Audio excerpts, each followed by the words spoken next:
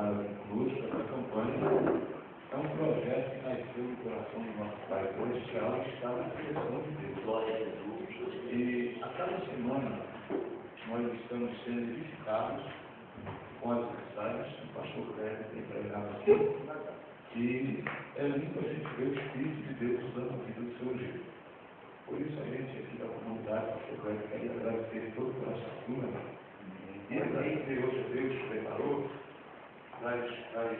das outras vezes, como o pastor Cléber falou conosco, não foi possível, mas hoje está só um dia minha esposa, que é a primeira dama aqui do Campo Limpo. Oh, glória! Glória a Deus. A nossa irmã Ivana, a irmã Ivana, irmãos, a irmã Ivana, ela é pregadora, missionária, pastora, é companheira, é amiga. Irmã Ivana, obrigado, minha amiga, por nos atender. Inclusive, a gente se colocou aqui nesse mistério também. Né, pastor Cléber? Glória a Deus por nos ajudar, viu, minha amiga? Obrigado, minha irmã, por estar aqui conosco, viu? Por nos atender, Deus abençoe muito vocês. Meus irmãos, deixa eu perguntar uma coisa aos irmãos. Quantos aqui querem ouvir a voz de Deus? Oh, glória! Então, eu quero chamar o pastor Cléber e aí ele faz conforme aquilo que o Espírito Santo de Deus colocar em seu coração. Amém, amados? Amém. É muito bom. Glória. Obrigado. Glória a Deus. Glória a Deus. Glória a Deus. Graças a Deus. Meus irmãos, trabalho do Senhor. Olha a sua Bíblia, irmão, por gentileza. Abra a sua Bíblia. Segundo os Coríntios. Temos uma palavra de crescimento para nós hoje. Aleluia. Obrigado, pastor. Aleluia. Obrigado. Primeiro aos Coríntios, irmão. Primeira carta de Paulo aos Coríntios. Mas eu quero, os irmãos estão abrindo, eu quero explicar o texto de Jó 42:2. Bem sei que tudo pode e que nenhum dos teus projetos ou pensamentos pode ser impedido. Bem sei que tudo pode e que nenhum dos teus pensamentos podem ser impedidos. Só para dar contexto aqui, né, irmãos? Nós estamos falando alguns dias aqui sobre viver os projetos de Deus. Viver os planos de Deus, os projetos de Deus. E um dos projetos de Deus é que nós cresçamos. Deus quer que a sua igreja cresça. Mas crescimento, irmãos, é diferente de inchaço. Infelizmente, a igreja tem muito mais inchado do que propriamente crescido. Basta nós olharmos aí a própria administração da igreja, os propósitos que hoje são levantados, que são muito mais voltados para benefícios pessoais, particulares, do que coletivos. A igreja nunca pode ser citada, falada ou usada na primeira pessoa. Eu. A igreja nunca será usada assim, citada dessa forma. Eu. Porque a igreja é um coletivo de membros. A igreja somos nós. Uma pessoa só não é igreja. Duas pessoas unidas no nome de Jesus já é igreja. E aí não sou eu, somos nós. E nós vemos o crescimento, irmãos, da igreja nos últimos dias. É difícil nós falarmos isso, porque nós fazemos parte dessa geração. E nós cantamos e falamos, olha, essa é a geração do avivamento, essa é a geração. Mas, irmãos, contra fatos não há argumentos. Se nós olharmos friamente, inteligentemente, o apóstolo Paulo, ele ora pelos colossenses pedindo para que eles fossem cheios de toda sabedoria e inteligência espiritual. Então, se nós olharmos com inteligência espiritual, nós vamos ver que essa, por enquanto, não parece a geração do avivamento. A priori, as pessoas querem pregar o evangelho para ficarem famosas. Os irmãos começam cantando, glorificando a Deus, dentro das paredes da igreja, quando pensam que não, vão se inscrever em programas para serem os novos ídolos do país. Irmão, ídolo de nenhuma espécie é boa para Deus. Nem Deus quer que nós o sirvamos como se ele fosse um ídolo. Deus não quer ser um ídolo. Deus quer ser Deus e quer ser adorado. E nós temos que princípios, os primórdios. Nós falamos um dia sobre restauração e reforma, pastor Valado. E as duas caminham juntas, até um determinado ponto. Porque a reforma, ela nos dá direito de mudarmos. A reforma nos dá direito de transformar totalmente. É como pegar aqui a comunidade cristã no Morumbi, e amanhã nós chegarmos aqui, e o pastor Rubens diz, olha, irmãos, o negócio é o seguinte, nós vamos derrubar essas paredes aqui, e agora o púlpito da igreja não será mais aqui, será lá. E a entrada não vai ser mais ali, nós vamos tapar ali aquela porta, vamos arrebentar ali, fazer uma escada, a entrada vai ser por lá, os banheiros nós vamos mudar, ou em casa. Quando nós vamos fazer uma reforma em casa, nós podemos alterar 100%. Nós podemos pegar o cabo em cima e colocar embaixo. Nós podemos pegar o pé de baixo e colocar em cima. E aí sucessivamente. Aonde é que a reforma e a restauração se separam? Em que momento que as duas andam juntas e chega um dado momento elas se separam? Quando há uma proibição de alteração ou de adultério, de adulterar. Porque restaurar é devolver as formas primitivas. Ou seja, restaurar é tornar a dar as formas originais. E a igreja não pode ser reformada a ponto de ser modificada. Porque a igreja, ela não é parede, a igreja não é ferro, a igreja não é pedra, a igreja somos nós, aleluia, a igreja é o corpo de Jesus Cristo, e essa não pode ser alterada. E nós estamos vendo no pastor a igreja sendo alterada, os princípios da igreja. Irmãos, a fé, nós vamos ver aqui já. Por exemplo, a fé. O que é a fé? A fé que Jesus deixou para a sua igreja. A fé é o firme fundamento das coisas que eu não vejo, mas é a certeza daquilo que eu espero. Ou seja, eu não acredito, ou melhor, eu não vejo para acreditar. Eu acredito para depois eu ver. Isso é a fé da Bíblia. Eu não vejo, mas eu acredito. É diferente. Hoje em dia a fé que estão se ensinando é: você precisa ver e depois você vai crer. Você precisa apalpar primeiro para crer depois. Você precisa tocar para depois. Não, irmão, é ao contrário. A mulher do fluxo de sangue, primeiro ela creu e depois ela tocou. Foi ao contrário. Não, ela tocou e depois foi curada. Irmão, ela não foi curada quando tocou. Ela foi curada quando ela pôs o firme propósito no seu coração. Ela disse: então somente eu tocar nas vestes dele, aí eu vou ser curada. Aleluia. Glória a Deus. Aleluia. Ela foi curada quando ela creu. E quando ela creu, o Senhor já contemplou no céu. E eu acredito que ele já fez uma ligação para Jesus na terra com o meu filho. Alguém já creu. Irmão, nós precisamos crer primeiro e receber depois. Aleluia, aleluia. Jairo, principal da sinagoga, e algumas pessoas dizem que ser principal da sinagoga era ser uma pessoa de grau elevado na sinagoga. Não era.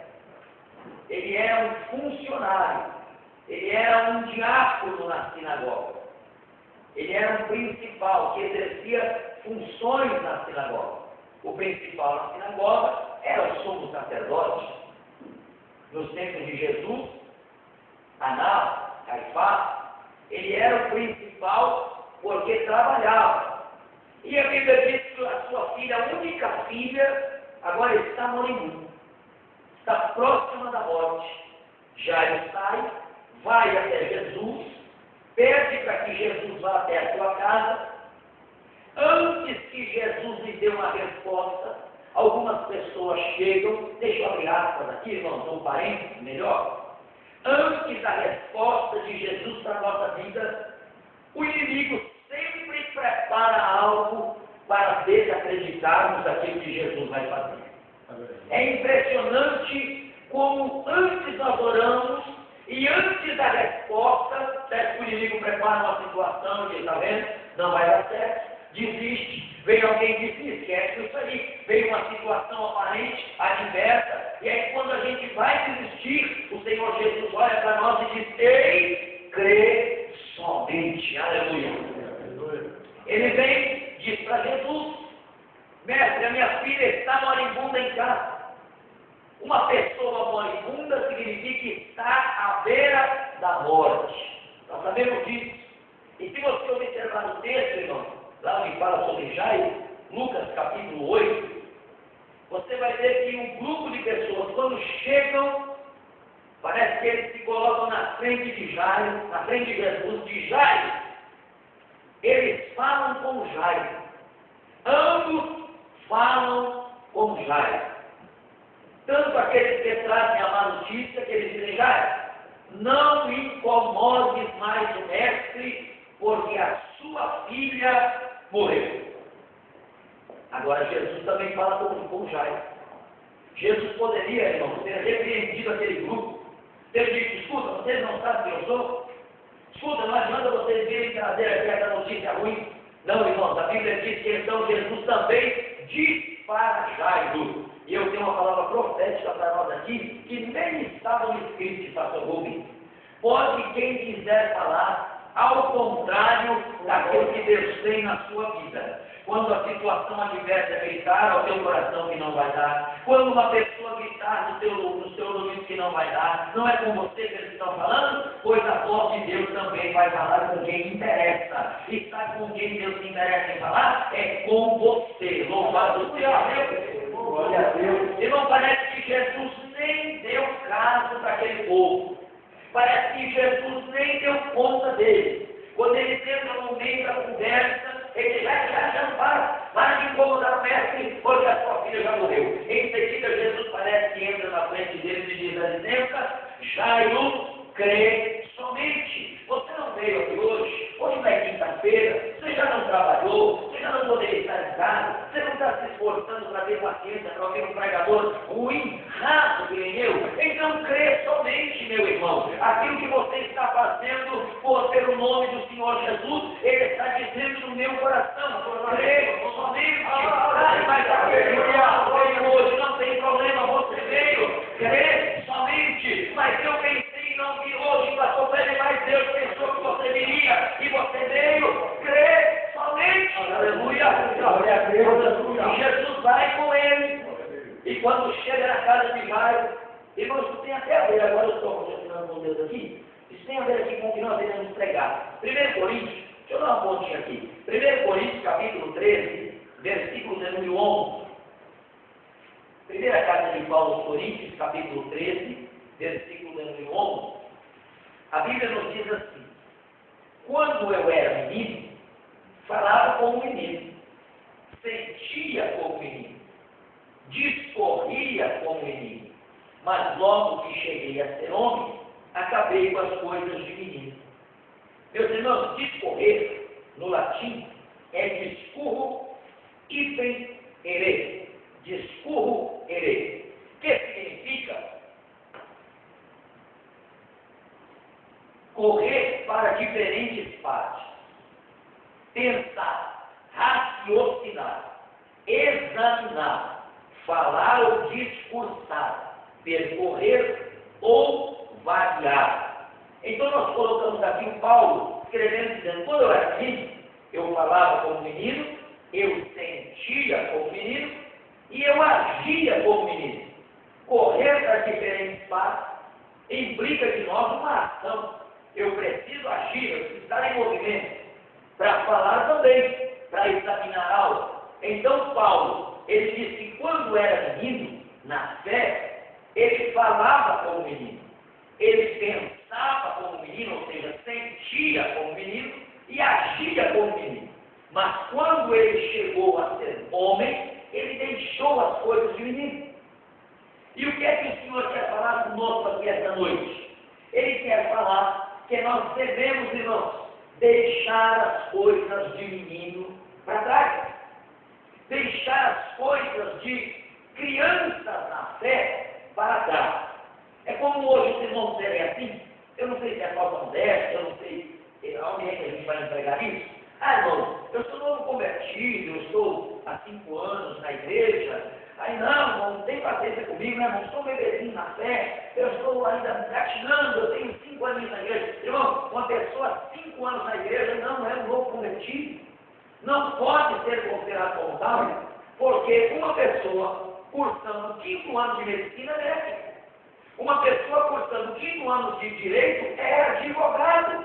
E por que nós, 5 anos na igreja, ainda nos consideramos meninos, irmãos, infrutíferos, indoutos, meninos incapazes? Não. Jeremias, quando disse: Senhor, eu sou apenas um menino, eu não tenho como agir na tua obra, não tenho como profetizar. O Senhor repreendeu ele, dizendo: Jeremias, não diga que tu és apenas um menino, porque antes que tu fosse gerado no ventre,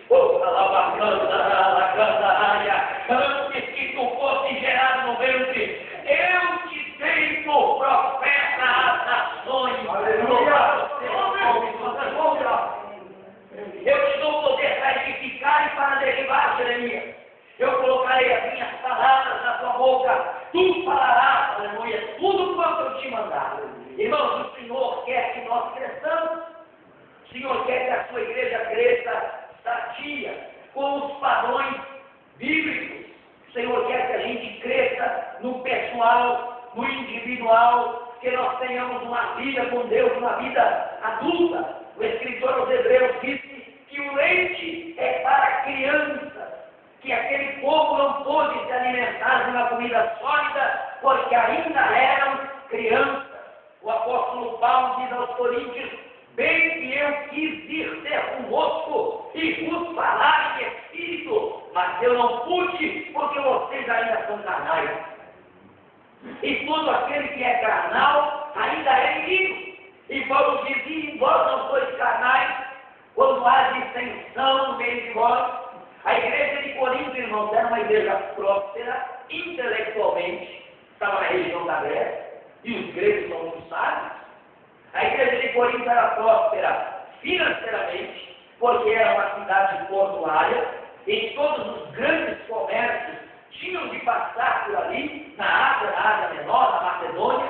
Era uma igreja rica em dinheiro, rica em intelecto, e era uma igreja rica em dons espirituais. O apóstolo Paulo usa os 9 dons espíritos para falar aos coríntios. Eles tinham a abastança financeira, tinham a abastança intelectual, tinham a abastança espiritual, mas ainda eram meninos. E o Senhor quer que nós tenhamos a abastança espiritual, financeira, intelectual, e que nós não sejamos mais meninos na fé, levados por todo o vento de doutrina, glorificando a cada frase que se fala. Não, Ele quer que nós observemos, ouçamos, ponderemos, degustamos, e aí então glorifiquemos ao nome do Senhor Jesus Cristo, que já está conosco falando aqui. Aleluia. Ele quer que nós cresçamos. Temos que crescer na fé, irmãos. Temos que crescer na graça e no conhecimento do nosso Senhor e Salvador Jesus Cristo. Agora dê um sorriso, procure alguém pertinho, você não é difícil, e diga: Deus quer que você cresça. Pastor, prometida para a irmã, a irmã não vai crescer muito, não, irmão? Deus quer que você cresça. Aleluia. Deus quer que nós cresçamos. Aleluia. E alcancemos então a estatura de varão e de varoa perfeita, e nós iremos crescer em nome de Jesus Cristo. Aleluia. Aleluia. E não mantenha a sua Bíblia aberta, por gentileza, em Gênesis, capítulo de número 41, por favor.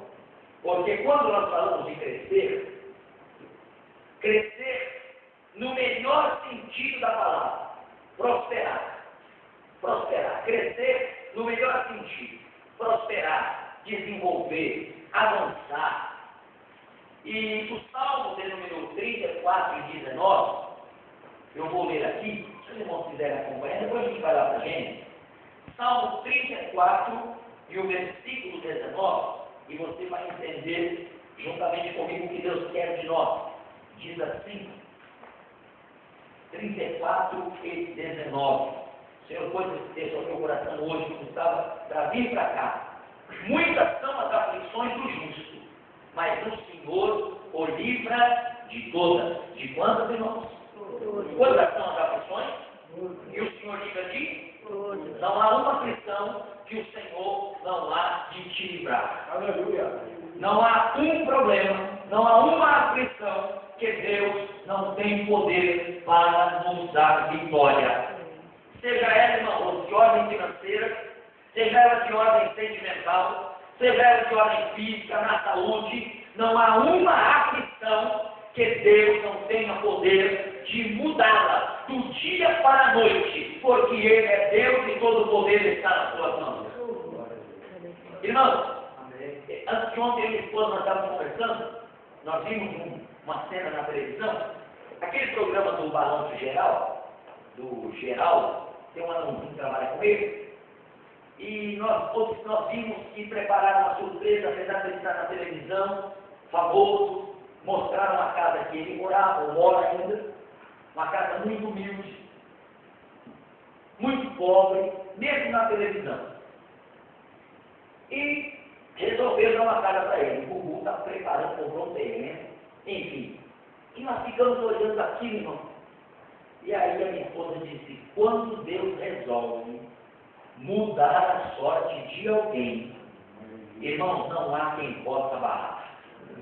Quando Deus se levanta e Ele cisma e Ele diz, eu vou mudar a vida dessa pessoa, da água do vinho, eu vou mudar da noite para o dia, eu vou mudar a vida desse homem, eu vou mudar a vida dessa mulher. Irmão, se Deus se levantar lá no trono hoje, com a disposição de dar uma guinada na minha e na tua história, nós dormimos de um jeito, acordamos de outro, eu não vou conseguir entender, você não vai conseguir entender, as pessoas não vão conseguir entender, porque milagre não é para entender, milagre é para viver. E se Deus tem um milagre na tua vida, não queira explicar, apenas levante a sua mão e adore a Jesus e diga, Ebenezer, até aqui nos ajudou o Senhor, eu vou viver o milagre. E nos seus meios dele, aflição significa sofrimento ou angústia de natureza física ou espiritual. Então, quando nós falamos de aflições, muitas são as aflições do justo. Irmão, essa palavra é muito pesada. Porque a Bíblia não está dizendo, olha a primeira parte do versículo, pastor Babá, o senhor que é um erudito. Muitas são as aflições do justo.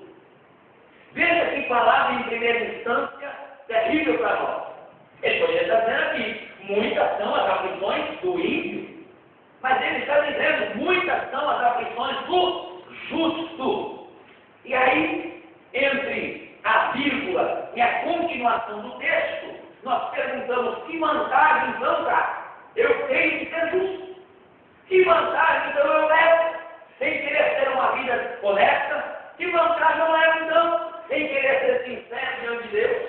Qual é a minha vantagem então de dobrar os meus joelhos, orar, ser dizimista, ofertante, reconhecer os meus pecados, pedir perdão do Senhor? Qual é a vantagem então que eu levo em não levar uma vida de vício, de bebedice? Qual é a vantagem que eu levo de não passar noite fora de casa, saindo com outras mulheres? Qual é a vantagem que eu levo então de me abster da roda do escarnecedor? Porque às vezes a roda do escarnecedor nos atrai, porque na roda do escarnecedor tem belas mulheres, na roda do escarnecedor tem boa bebida, na roda do escarnecedor tem uma boa comida, na roda do escarnecedor tem uma boa música para te ouvir, tem um bom papo para te falar, na roda do escarnecedor existem muitas oportunidades para eu viver, que eu não sei se terei oportunidade de viver na presença do Senhor,